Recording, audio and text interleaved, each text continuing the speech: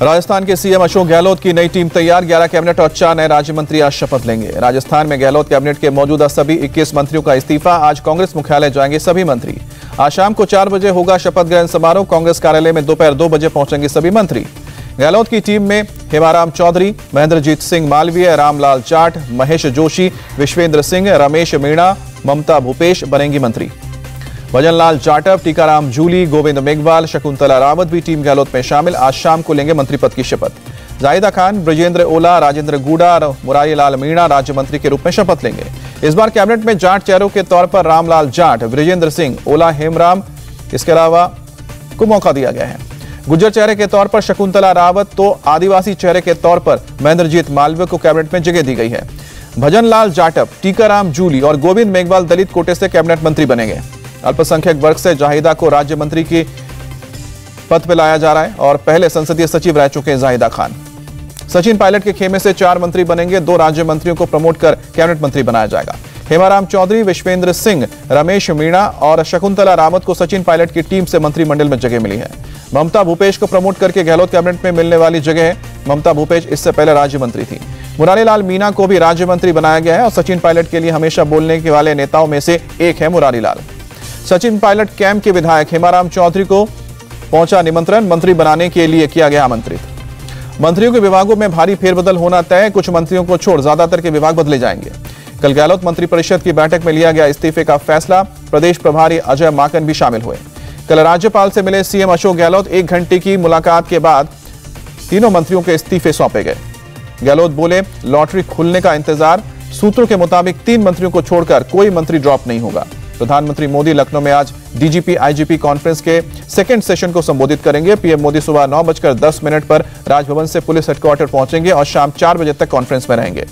शाम को 4 बजे प्रधानमंत्री लखनऊ एयरपोर्ट से दिल्ली के लिए रवाना होंगे। डीजी आईजीपी कॉन्फ्रेंस के पहले दिन शामिल होने पर पीएम का ट्वीट, कहा कि पुलिस स्टेट अप के लिए बहुत अहम है कॉन्फ्रेंस। एमएसपी गारंटी के नाम पर फिलहाल आंदोलन वापस नहीं लेंगे किसान। आज दिल्ली के सिंघू बॉर्डर पर फिर किसानों की बैठक होगी। किसान नेता राकेश टिकैत बोले, एमएसपी पर कानून की गारंटी मिलना चाहिए। 22 तारीख को एमएसपी पर कानून को लेकर रैली करेंगे। राकेश टिकैत ने कहा कि सरकार को कमेटी गठित कर किसानों के सभी मुद्दों पर बात करनी चाहिए। किसानों की कोर कमेटी ने सरकार के सामने 3 नई शर्तें रखी। किसानों पर दर्ज केस हटाने, स्मारक बनाने और आंदोलन में जिनकी मौत हुई है उन्हें मुआवजे की मांग। मीटिंग में हुआ तय, सरकार एक मीटिंग रखकर इन मुद्दों पर समाधान निकाले, उसके बाद आंदोलन खत्म करने पर फैसला होगा। किसानों ने कहा कि लखनऊ दिल्ली बॉर्डर पर प्रदर्शन और पार्लियामेंट कूच 22, 26 और 29 नवंबर को पहले की तरह जारी रखेंगे। किसान नेता दर्शन पाल सिंह ने कहा कि 22 नवंबर को लखनऊ में होने वाली रैली को कामयाब बनाना है मकसद। मुंबई के बीएमसी चुनाव में बीजेपी सिद्धू के मुद्दे को भुनाने की तैयारी में जुटी। शिवसेना ने सिद्धू के बयान को बताया देश के खिलाफ। सिद्धू ने करतारपुर साहिब पहुंचने पर इमरान खान को बताया था अपना बड़ा भाई। सिद्धू बोले, इमरान ने मुझे बहुत प्यार दिया है, मैं इसे लायक नहीं फिर भी दिया सम्मान।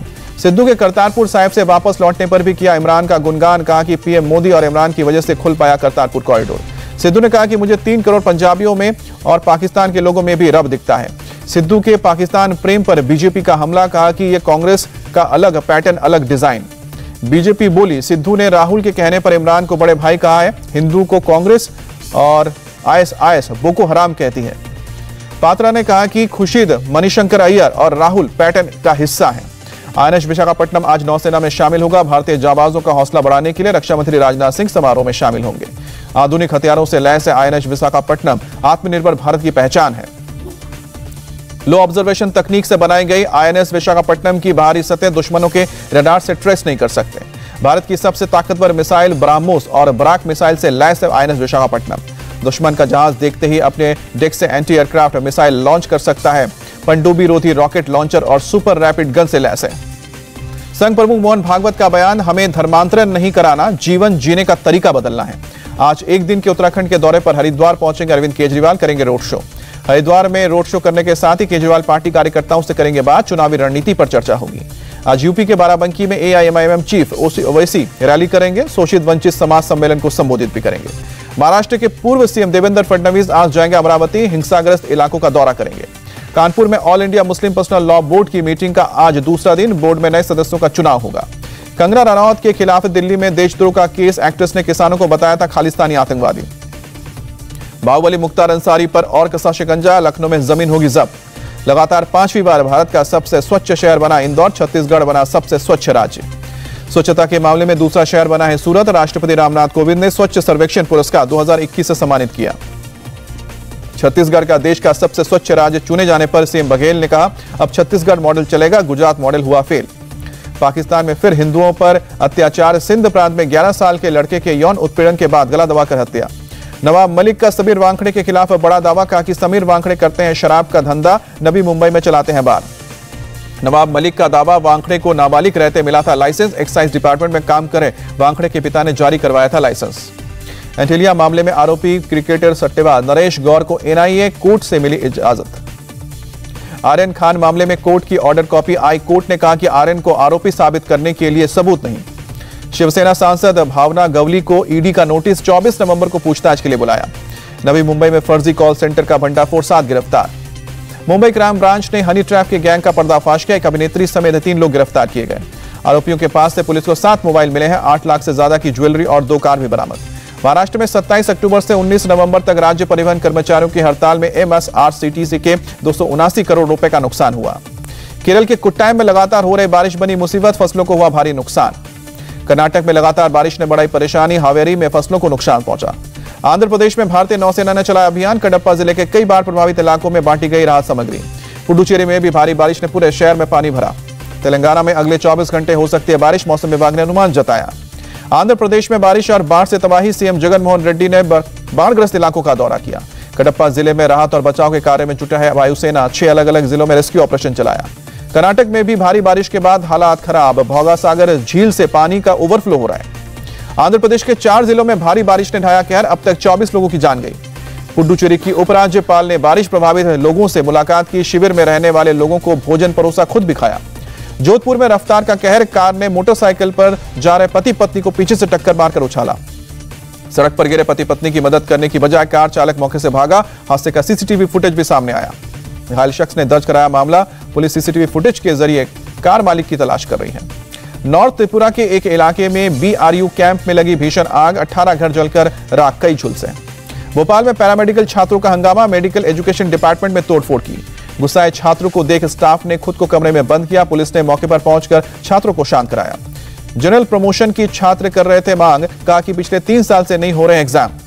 हैदराबाद में पुलिस ने महिलाओं के लिए जॉब मेला का आयोजन किया। सिलेक्टेड कैंडिडेट को दिया गया पत्र। तिरुवनंतपुरम में दुनिया का पहला मंदिर, जहां पर 51 मूर्तियों के नाम पर मलयालम के 51 अक्षर पर रखे गए हैं।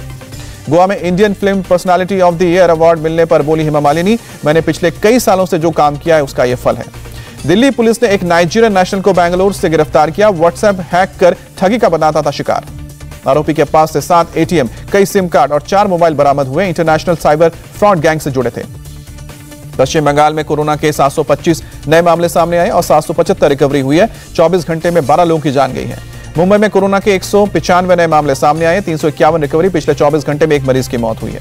भारत और न्यूजीलैंड के बीच T20 सीरीज का तीसरा मैच आज कोलकाता में शाम 7 बजे शुरू होगा। मैच कोलकाता में क्लीन स्वीप के इरादे से उतरेगा भारत। पहले 2 मैच जीतकर टीम इंडिया पहले इस सीरीज पर जमा चुकी है कब्जा।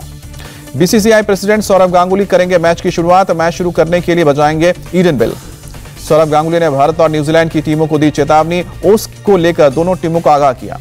पश्चिम बंगाल के खेल मंत्री मनोज तिवारी ने कहा कि तीसरे T20 के लिए ईडन गार्डन्स तैयार। दर्शकों से कोरोना गाइडलाइंस पालन करने की अपील की। मनोज तिवारी ने कहा कि मैच को लेकर लोगों में काफी उत्साह, टिकट की डिमांड बढ़ी। कांग्रेस नेता शशि थरूर ने तीसरे T20 में श्रेयस अय्यर को कप्तान बनाने की मांग की। कहा कि सीनियर खिलाड़ियों को आराम देना चाहिए। फ्रांस की राजधानी पेरिस में एक 9 मंजिला इमारत में लगी भीषण आग। फायर फाइटर्स ने आग पर काबू पाया। बिल्डिंग के तीसरे फ्लोर पर लगी थी आग। आग से किसी के जान के नुकसान की बात नहीं। आग लगने की जांच की जा रही है। स्पेन के ला पाल्मा ज्वालामुखी से लावा का निकलना जारी। भारी मात्रा में गैस और राख निकलने से बड़ी परेशानी। गैस और राख की वजह से हवा में बड़ा प्रदूषण। एयरपोर्ट से रोकी गई फ्लाइटें, रनवे से राख हटाने का काम जारी। ज्वालामुखी में विस्फोट के बाद इलाके में करीब 40 भूकंप के झटके महसूस किए गए। लोगों में दहशत का माहौल।